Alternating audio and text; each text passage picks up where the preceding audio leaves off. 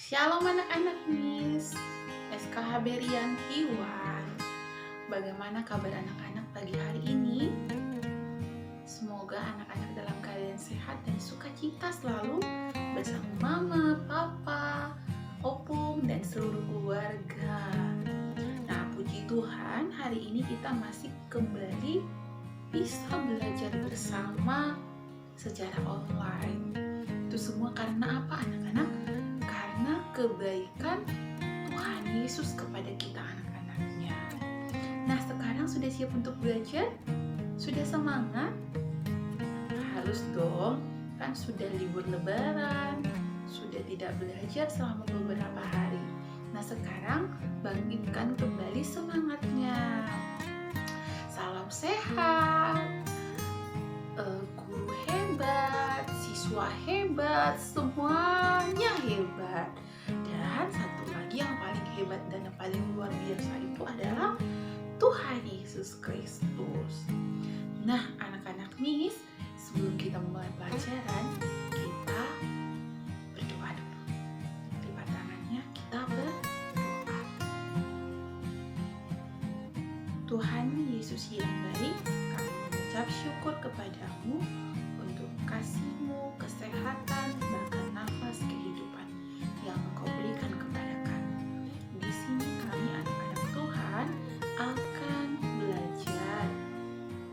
Berkatilah kami Tuhan untuk mengerti pembelajaran kami hari ini dan dapat kami lakukan di dalam kehidupan kami. Dalam nama Tuhan Yesus kami berdoa. Amin. Nah, anak-anak Miss, hari ini kita akan belajar pembelajaran yang ke-12. Wah, ini adalah bab terakhir atau pembelajaran terakhir kita di kelas 1. Wah, ternyata anak-anak sudah mau naik kelas 2 dong, Miss. Iya, betul sekali anak-anak. Nah, sekarang silakan buka bukunya halaman 81.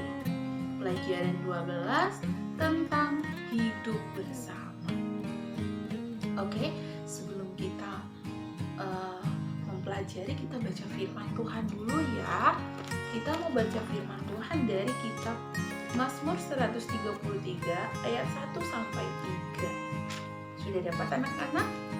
Oke, Mazmur 133 ayat 1 sampai 3. Oke, kita sama-sama membacanya. Kita mulai ya. 1, 2, 3. Persaudaraan yang rukun. Nyanyian ziarah Daud.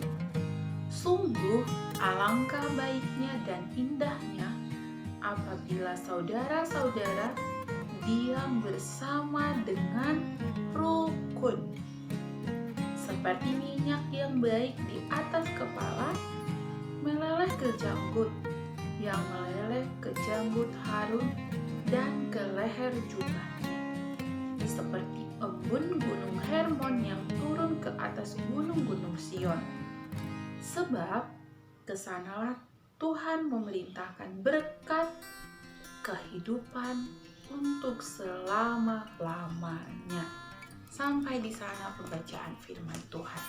Nah, anak-anak Miss, kita tentunya hidup bersama. Biasanya kita hidup bersama keluarga kita, hidup bersama mama, papa, adik, dan kakak. Hidup bersama berarti tinggal bersama-sama.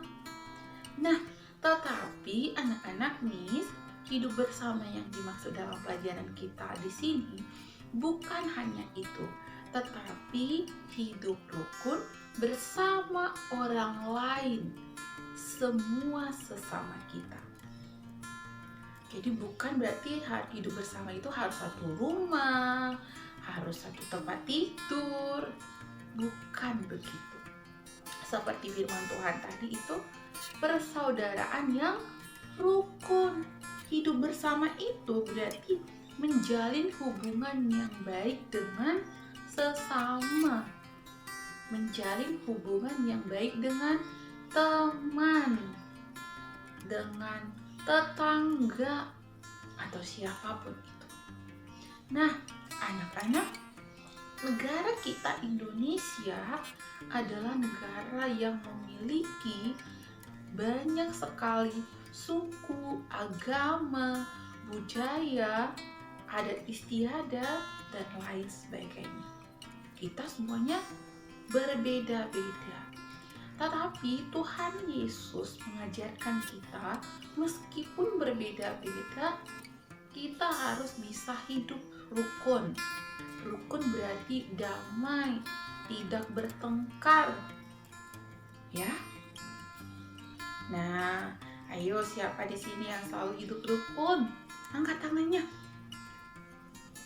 Oke, good, hebat ya anak-anak. Harus begitu, harus bisa hidup rukun dengan siapapun. Nah, keragaman di Indonesia itu, perbedaan yang ada di Indonesia itu harus kita hargai. Misalnya, di negara kita ada berapa agama? 6. Iya betul, ada agama Islam, Katolik, Kristen, Hindu, Buddha, dan juga Konghucu. Ada 6 juga berarti tempat ibadahnya. Ada 6 juga kitab sucinya. Kemudian salamnya, hari-hari besarnya, semuanya pasti berbeda.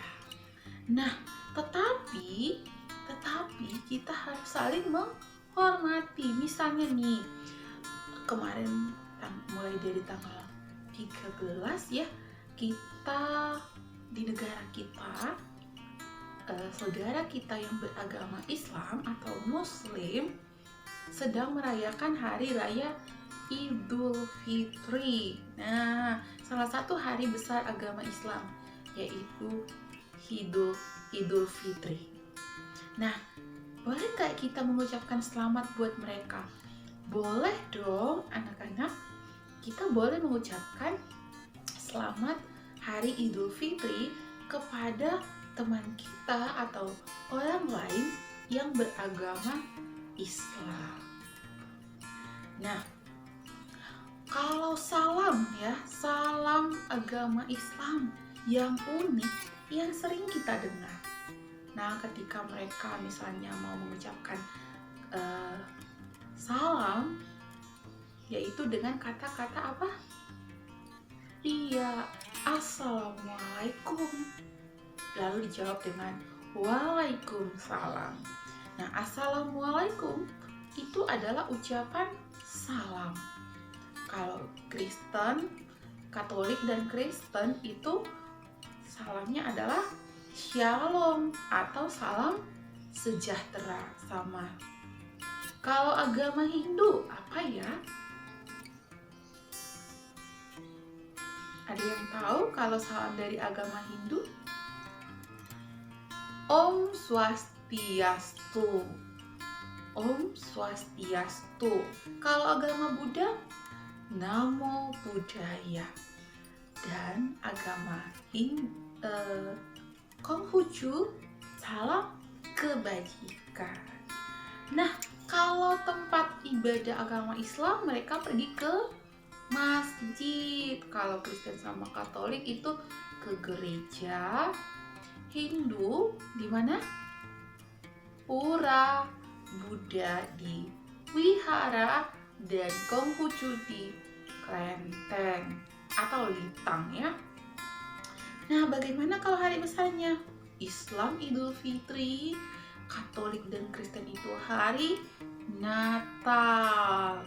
Kemudian kalau Hindu, hari raya Nyepi. Buddha, hari raya Waisak.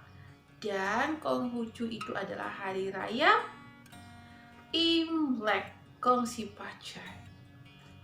Nah, dari Sabang sampai Merauke, dari Pulau Sumatera sampai Papua, Indonesia itu berbeda-beda. Tetapi kita diajarkan oleh Tuhan Yesus untuk hidup bersama, yaitu menjalin hubungan yang baik dengan sesama kita meskipun kita berbeda-beda. Nah, Miss Renta, boleh nggak kita ya bersahabat atau berteman baik dengan yang beda agama dengan kita? Ya, boleh dong anak-anak. Dengan agama lain kita harus bersahabat, berteman, saling menyayangi. Ya. Nah, Miss juga punya teman yang beragama Islam. Maka ketika Hari Raya Idul Fitri kemarin, Miss mengucapkan Selamat Idul Fitri kepada teman Miss itu. Nah, jadi untuk itu, jika kita ingin dihormati dan dihargai oleh orang lain, suku lain, maka kita juga harus menghormati mereka. Nah, kalau suku-suku banyak ya, ada suku Batak, ada suku Jawa, Melayu, Betawi, Sunda, suku Gayo, suku Asmat, dan lain-lainnya. Banyak sekali kekayaan negara Indonesia. Nah, tetapi walaupun demikian, walaupun banyak bahasa, suku, tapi kita sama-sama negara Indonesia. Bahasa persatuannya adalah bahasa Indonesia. Maka kalau anak-anak bertemu dengan orang yang berbeda suku dengan kalian, maka anak-anak harus menggunakan bahasa Indonesia dong. Jangan pakai bahasa Batak, nanti mereka tidak mengerti. Nah, jadi kita harus meneladani, karena Tuhan Yesus anak-anak sudah lebih dulu mengajarkan tentang hidup rukun atau hidup bersama. Tuhan Yesus sudah lebih dulu mengajarkan hidup rukun atau hidup bersama, yaitu hidup dengan murid-muridnya. Dia hidup dengan penjala ikan, dia hidup bersama dengan Simon Petrus, bahkan Yudas juga yang tidak baik. Kemudian dia juga berteman dengan orang yang sakit, orang yang miskin. Semua disayangi oleh Tuhan Yesus. Maka kita juga harus meneladani atau mencontoh perbuatan yang dilakukan oleh Tuhan Yesus. Nah, anak-anak, sama seperti persahabatan Daud dan Yonatan. Daud dan Yonatan. Yonatan itu adalah anak dari Raja Saul. Nah, anak-anak tahu nggak kalau Raja Saul tidak suka kepada Raja Daud. Tapi meskipun demikian, Yonatan tetap berteman baik dengan Daud. Karena Yonatan tahu apa yang dilakukan Daud itu adalah yang benar, yang sesuai dengan perintah Tuhan. Maka mereka tetap menjalin hubungan yang baik. Mereka saling menyayangi dan saling menghormati. Nah, anak-anak juga harus demikian ya.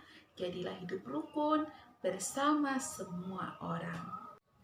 Demikianlah pembelajaran kita pada hari ini. Mari kita berdoa. Ya Tuhan Yesus, terima kasih untuk kasih-Mu yang telah menemani kami. Kami boleh belajar tentang hidup rukun. Ajarilah kami Tuhan untuk dapat hidup rukun dengan semua orang. Kami serahkan hidup kami dan juga anak-anak murid kami ke dalam tangan-Mu. Dalam nama Tuhan Yesus kami berdoa. Amin.